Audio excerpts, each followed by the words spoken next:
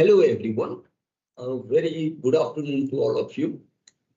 As you know that this is the last live session for this massive open online course under this the auspices of the Government of India's uh, National Program on Technology Enhanced Learning. So in portal, this course is Science, Technology and Society. This is a 30-hour course spanning over a period of 12 weeks. This is the last live session before the final examination. I hope all of you have been attempting appearing in the weekly assignments, and those who have already registered for examinations. I hope all of you are also working very hard to appear in the community test. What we have done in these 4 weeks, in these 12 weeks, we started with the thematic preliminaries of the relationship between science, technology, and society. Then we have discussed methods of science, a demarcation between science and non-science, autonomy of science and cognitive authority of science, and what kind of challenges that which have been posed to such demarcation problem, autonomy, and cognitive authority of science. And then we have discussed institutional imperatives of science, ethos of science, and how these ethos are also getting challenged in the context of the WTO provisions of intellectual property rights regime, with specific reference to the product patent regime in India. And then we have discussed how artifacts you have politics, political properties, social construction of technological systems. And then we are going to discuss, we'll be discussing science policies in India, starting from 1958 scientific policy resolution to 1983 technology policy statement and science and technology policy of 2003, and then 2013 science, technology and innovation policy of 2019-20, the new science technology and innovation. See, starting with the thematic preliminaries of the relationship between science, technology, and society, what we have discussed, how there are 3 models of the relationship between science, technology, and society. As you all know, technology predates modern science. The linear model suggests that science leads to the development of technology, and in turn, technology leads to the development of society. Interactionist model suggests that no, there is a two-way relationship between science, technology, and society. The way science leads to the development of technology, technology leads to the development of our economic, culture, and polity. In turn, our economic, culture, and polity, they also lead us to the development of specific technologies and sciences. On the contrary, what is the similarity between these two? Because these two, you know the difference, but what is the similarity? The similarity between the two suggests that both these models, namely the linear model, the relationship between science, technology, and society, and also the interactionist model of the relationship between science, technology, and society, they treat science, technology, and society as separate entities. On the contrary, the embedded model suggests that no, both technology and science, they are part of our economic, culture, and political affairs. It's a part of society. When we look at this, the kind of controversies which have emerged in these, through these, or the debates which have emerged in the context of these three models of inquiry, three models of the relationship in science society. What we see is that the way the relationship between these three forces of production must be a dialectical one. The way science shapes our society. Society in turn also determines what kind of science and technology. Okay.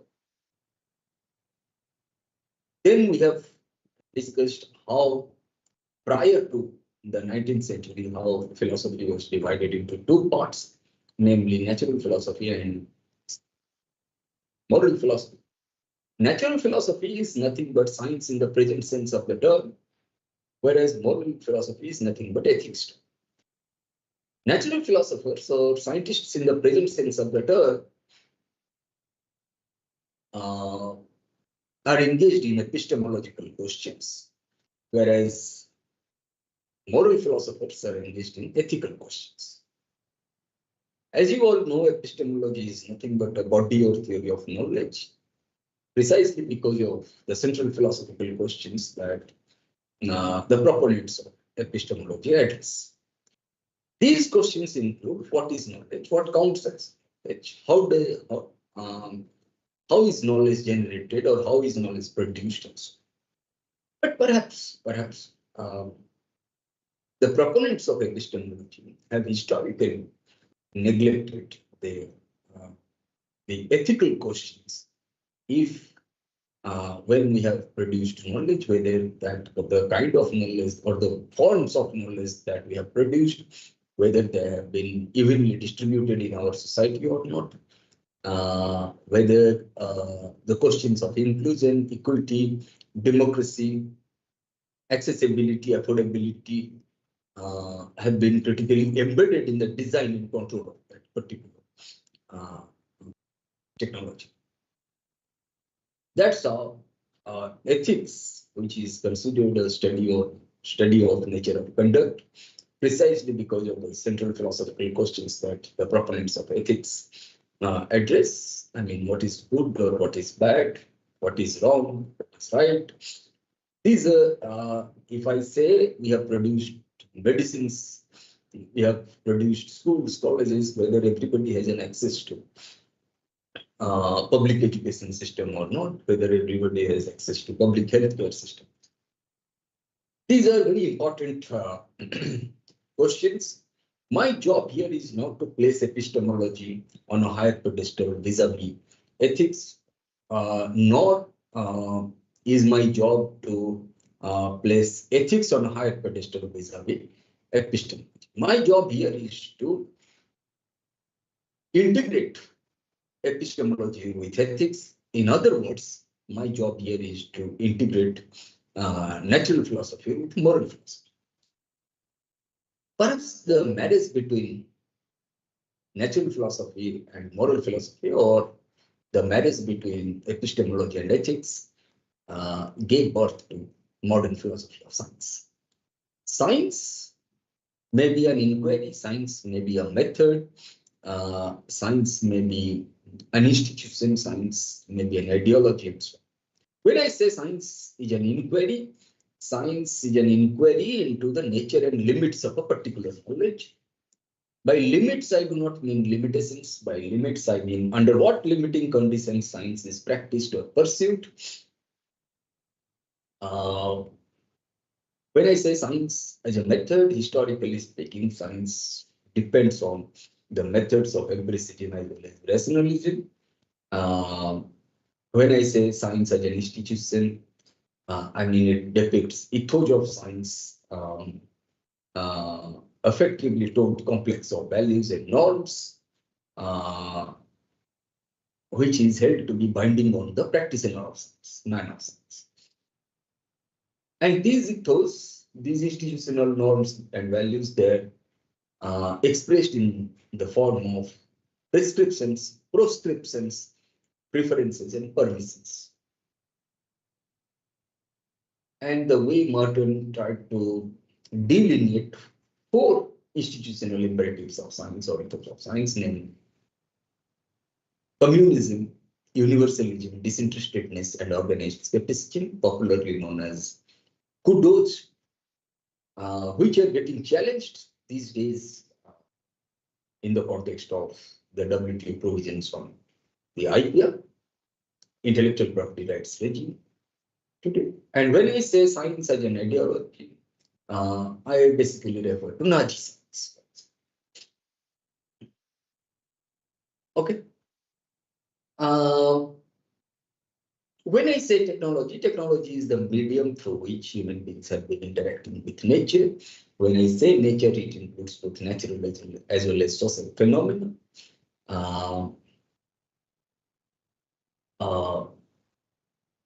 Technology is not a neutral activity.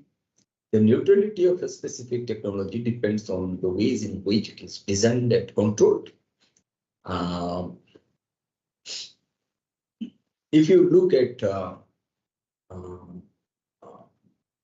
the way in which the debates, there were at least two extreme debates which have been discussed so much in the 20th century that these are known as internalist account of science and externalist account of science. The internalist account of science suggests that all knowledge except scientific knowledge is socially and culturally conditioned. In other words, science was considered objective, neutral, atemporal, invariant, ahistorical, and so autonomous. We try to treat science on a higher pedestal vis-a-vis non-sciences or other areas of human activity or creativity. When you look at this situation, Mannheim in Ideology and Utopia, we talked about the internalist characterization of science. On the contrary, in the immediately after the Second World War, we started re-examining the consequences of technology. The direct point of reference was the Manhattan Project, which we can see if you have watched the movie Oppenheimer last year, it was released. When Oppenheimer himself says, "I can see blood in my hands," because of the horrendous crimes and casualties perpetrated by the Second World War in the form of Hiroshima and Nagasaki. And then when Kuhn wrote that note, science must be examined, science is no longer a morally neutral body of knowledge, rather science must be examined in terms of its historical integrity. David Bloor in Knowledge and Social Imagery said, all knowledge, including scientific knowledge, is socially caused. That is known as the externalist account of science. And then in the 21st century, Pierre Bourdieu, he delivered the Huxley Memorial Lecture in 2002. Immediately within a month or two, he passed away in 2003. And then posthumously, that Huxley Memorial Lecture by Bourdieu was published in the Journal of the Royal Anthropological Institute, Participant Objectivism, where he said that science as a dynamic force must go beyond the narrow confinements of absolutist, idealist conception on the one hand, and historical relativism of those who consider science to be purely conventional social construct on the other hand. I mean, we must go beyond this kind of extreme positions in internal and externalism. The divide between the internalist and the externalist accounts of science is not rigid, but opaque or porous. And then we have discussed the methods of science in the sense of empiricism, I mean, inductivism or empiricism, hypothesism or rationalism, positivism, and how the positivistic control of science was most systematically attacked by Karl Popper in the logic of scientific discovery and so on. And then we have discussed how we witness paradigm shifts in science through the works by Thomas Kuhn, which he drafted. The name of the book is The Structure of Scientific Revolutions. And then we have discussed pyramids against method. And then we have discussed ethos of science, institutional imperatives of science, and how these ethos are getting challenged in the current IPR regime. Then we have discussed the social construction of technological systems through the works by Langdon Wiener, Uwe Barker, Donald McKenzie, U.D. Walkman, and so on. And how science has been democratized. Science in Indian context, I mean, reception of modern science in India.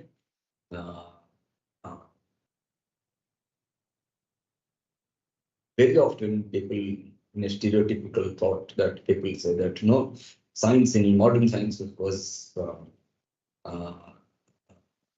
democratized in India during the colonial government. I always say that no, modern science was democratized in India, not because of the colonial government, but in spite of the colonial. Okay. Indian intelligentsia, drawn from scientific institutions, political establishments, industrial outfits, they all contributed to the development and growth of scientific institutions, starting from 19th century. Okay, you look at the establishment of Hindu College, Aligarh Scientific Society, Bihar Scientific Society, Delhi College,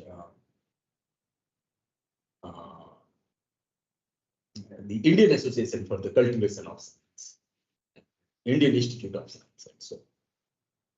Of course, Indian Institute of Science came in the 20th century, but in 19th century, these institutions were established. And in the 20th century, we will find Indian Institute of Science, TIFR, many CSIR labs, which all came up as part of nationalist expansion of science and technology, expansion of nationalist.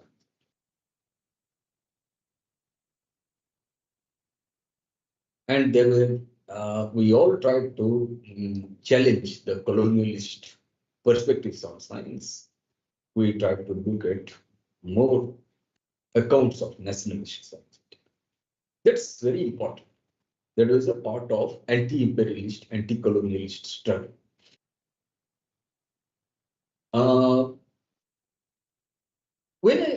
When you look at this, then how to do that? We started working on how to formulate science policies. India was the first country to formulate its science policy in the entire world in 1958 in the form of scientific policy resolution. All other countries followed India. Science was given more importance in SPR, in scientific policy resolution, where they outlined three important factors in the SPR. One was technology, two, raw materials, and three, capital. And they also wanted participation at all levels. All socio-economic groups must participate in the development of science. Women must participate in science making. So In the early 80s, in 1983, India came up with technology policy statement. We wanted to leapfrog.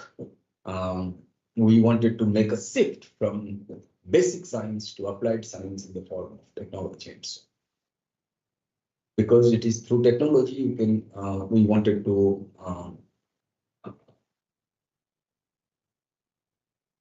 aim at solutions to our real world problems. And the kind of distinction that we try to delineate through technology and science, perhaps in the 21st century, we understood that there is no distinction between science and technology. Today's science is going to be tomorrow's technology, and today's technology is also going to be tomorrow's science. There is a dialectical relationship between, there is no circular, but dialectical relationship between technology and science. That's how we try to integrate technology and science, and we came up with the science and technology policy in 2003. In the wake of the WTO provisions on the IPR and the subsequent agreements that which were made, on the 1st of January 2005, India entered the product patent regime. And as you know, there are 3 criteria to attain patents: novelty, non-obviousness, and utility, or industrial utility. Then, if you cannot innovate, you cannot get your products patented. As a consequence of which, innovation was added in 2003 in the science policy documents. It became the Science, Technology and Innovation Policy in 2013. Then in 2019-20, the government of India came up with the new Science, Technology and Innovation Policy. This course attempts to look at philosophical, historical, and sociological accounts of the relationship between science, technology, and society. I'm sure all of you are very bright scholars in your respective fields. You are quick learners in this digital age. I'm sure all of you will do well in the examination. Please don't skip any test. If you have any question, please raise, or else you write to us. We have a very dedicated team to look after the questions, and we will quickly respond to your questions. If you have any question, please raise. Which question again?